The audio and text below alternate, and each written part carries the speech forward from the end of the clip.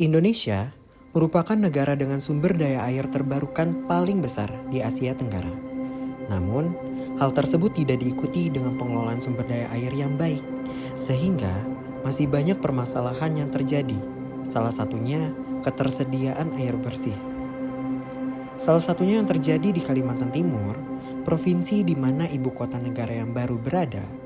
Menurut ahli, Kalimantan Timur memiliki pasokan air yang cukup banyak. Debitnya itu sangat banyak, apalagi kalau bicara debit Sungai Mahakam. Debitnya itu 5.000 liter per detik, bisa buat 700 juta jiwa.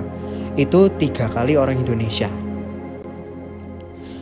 Namun kenyataannya, tak semua ketersediaan air di Kaltim bisa dijangkau oleh masyarakat. Selain permasalahan ketersediaan air, sungai-sungai yang termasuk dalam daerah aliran sungai Das Mahakam juga beberapa kali tercemar oleh limbah.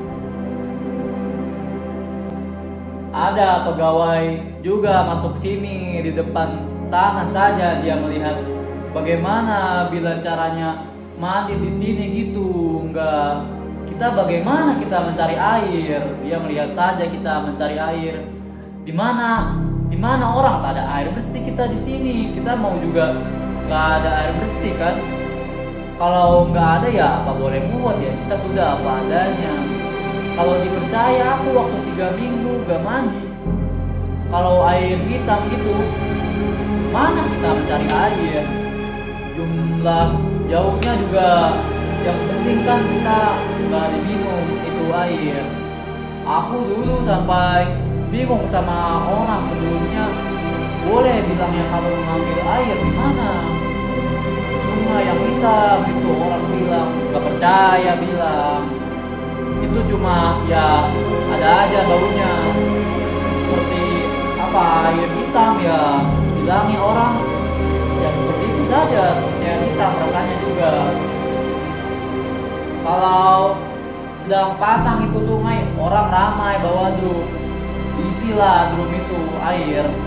Ya sudah, ya kita mau bagaimana lagi kan, udah beras sulit, air sulit, tambah miskin aja semua. Aku bilang aja udah gitu.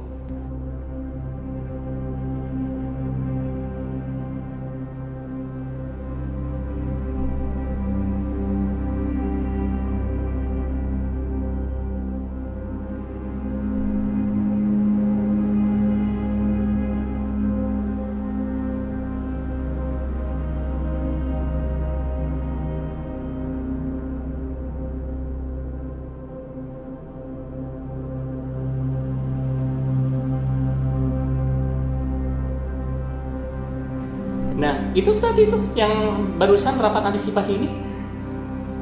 Nah, itu tadi tuh banyak sekali melanjutkan, mewaspadai, menjaga lebih berasa sensitif ketika ada masalah-masalah yang memungkinkan akibat dari pengaruh dari El Nino sendiri. Meskipun dikatakan Kalimantan Timur memiliki pasokan air yang banyak, namun karena pengelolaan yang kurang baik menyebabkan ketergantungan air pada sungai dan bendungan. Di bulan Agustus 2023, Bendungan Benanga Samarinda Utara sempat menyusut hingga mencapai fase kritis. Hal itu berdampak ke masyarakat setempat. Sebenarnya masih normal. Kalau ada beberapa hari yang lalu kemarin itu sempat turun karena memang di Benanga Waduk turun airnya. Betul. Jadi gini Mbak, jadi sebelum musim kemarau bahkan di Bandang pun itu yang di luar pulau itu debit turun karena hasil sungainya turun. Kalau udah hasil sungainya turun, ketinggian airnya juga turun, maka produksi juga turun. Jadi sebenarnya gimana ya, air baku ini tuh tidak bisa disiasati sebenarnya. Kebalikan dari masalah tersebut, saat musim hujan, Kalimantan Timur juga sempat mengalami banjir rob pada tahun 2022 silam. Sebanyak 1.722 rumah terendam akibat dari dilanda hujan deras harian. Selain itu, masyarakat adat juga terdampak akibat banjir rob ini. Oh iya, tentu. Masyarakat di sini kalau udah banjir tuh, kalau misalkan udah hujan gede, itu langsung dipindah ke gunung. Karena kalau udah banjir itu di sini sampai setengah rumah tingginya. Iya, makanya harus dipindah. Karena ya itu gara-gara ya hutan banyak yang dilimbung kayak buat tambang, buat kelapa sawit. Jadi ya gitu. Kalau sekarang kalau udah gede dikit aja itu semua masyarakat harus dipindah. Takut banjir nanti banjir. Banjir bisa terjadi di mana saja, tapi di tempat pembangunan IKN, lahannya cukup tinggi karena di perbukitan dan berada 55 cm di atas permukaan laut. Saya yakin bahwa tidak akan terjadi bencana seperti banjir. Banjir tuh emang udah dari dulu, dari saya kecil tuh banjir udah dulu. Dari kecil tuh main, kalau ada banjir tuh mamanya main.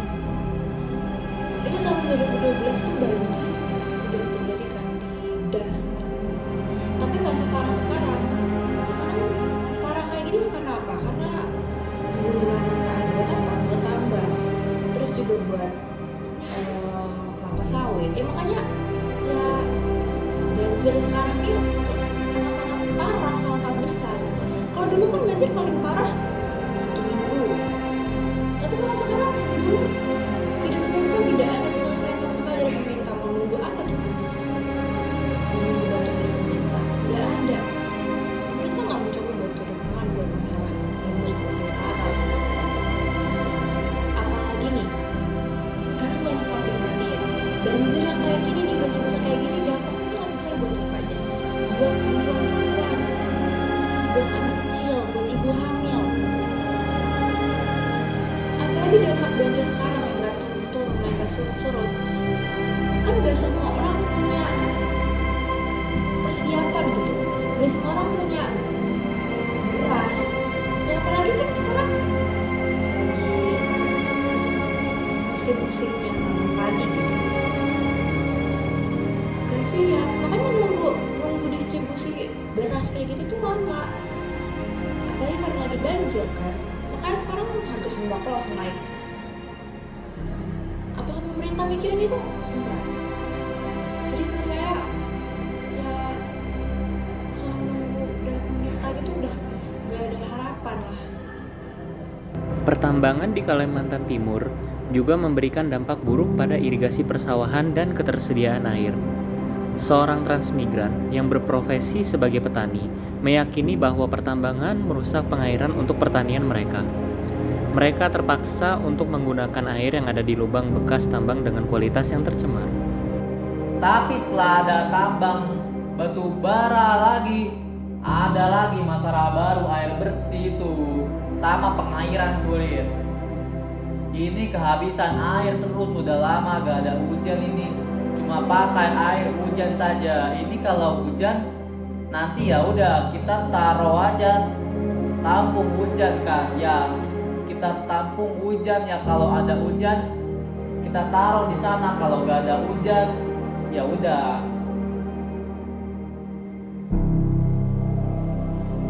Dulu juga di sini air banyak katanya orang-orang, sekarang ya udah. Sekarang dulu juga katanya sawah, kadang kita air sawah harus dari air kubangan bekas tambang yang ada lumpurnya itu, dan gak pantas itu buat sawah. Dulu katanya air di sini banyak, sekarang kubangan bekas tambang saja itu kita pakai airnya. Ya lupa yang tahun 90-an lah itu tambang batu bara boleh masuk. Dulu tambang batu bara ada di sini, pemerintah tak kasih masuk. Sekarang tambang batu bara masuk. Ya itu di pemerintah diberi izin. Pengairan rusak, orang-orang pada disuruh lepas tanah. Saya juga keluarga disuruh lepas tanah.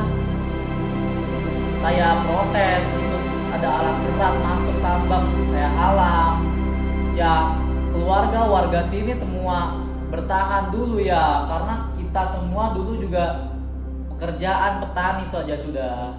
Ya kita pada bertani. Das Mahakam, das terluas di Kalimantan Timur dengan 7,6 juta hektar. Panjang sungai utamanya adalah 920 km. Dengan potensi pendayagunaan yang besar, pengelolaan das masih lemah. Mislan, Ketua Forum Das Mahakam, menjelaskan bahwa pengelolaan das memiliki permasalahan utama dalam aspek kelembagaan. Tidak adanya badan khusus yang mengelola das dari hulu ke hilir. menjadi alasan lemahnya pengelolaan Das Mahakam ini? Pengelolaan sumber daya air di Kalimantan Timur ini masih terbilang masih lemah ya. Iya, salah satu permasalahan utamanya itu di aspek kelembagaan. Pengelolaan sumber daya air di Kalimantan Timur itu lemah di koordinasinya, integrasinya, sinkronisasinya, dan sinerginya. Nggak bisa, soalnya nggak ada satu badan yang punya otoritas penuh dalam pengelolaan das dari hulu ke hilir. Kalau nggak ada itu nggak bisa. Soalnya Das Mahakam itu lintas administrasi, lintas disiplin ilmu harus ada. Jadi pengelolaan Das Mahakam itu harus dilakukan secara bertahap, terukur, berkelanjutan, dengan pembiayaan yang cukup. Salah satu prioritasnya dalam pengelolaannya itu perlindungan dan pemulihan daerah tangkapan airnya, terus pengendalian perizinan, pemanfaatan lahan, dan rehabilitasi daerah aliran sungai. Penelitian Parsons dan Fisher tahun 2020 memberikan alternatif baru terkait pengelolaan sumber daya air dengan pendekatan pada tindakan masyarakat adat dalam mengelola air. The beliefs and values of indigenous people can provide important insights into human relationship with nature. Indigenous worldviews can offer alternative solutions to restoring degraded ecosystem and suggest new frameworks for building a more sustainable, holistic, and equitable approach to the management of natural resources.